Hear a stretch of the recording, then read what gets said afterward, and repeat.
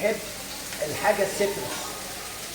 السيتروس يعني مجموعه حمضيات اللي هي الليمون، البرتقال، اليوسفندي، الجريس فروت، ده عائله السيتروس كلها.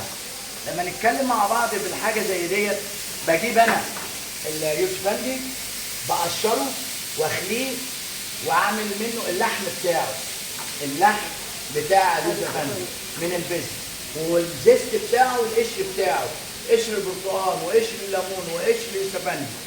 بجيب سكر بكرمله على الطاسه وبنزل ببصل لما يتلونوا مع بعض، وبكون عاصر يوسفندي واروح حاطه معاهم ومقلبهم، وبنزل بالفيليه بتاع اليوسفندي، بديله شويه ستوك وشويه هريسه معايا، يطلع معايا الصوص الجميل التحفه الروعه ده. وريهولنا يا شيف كده بعد ما ربط. عامل زي المارميلاد السيتروس، مارميلاد سيتروس، وده اختراع يا جماعه على فكره.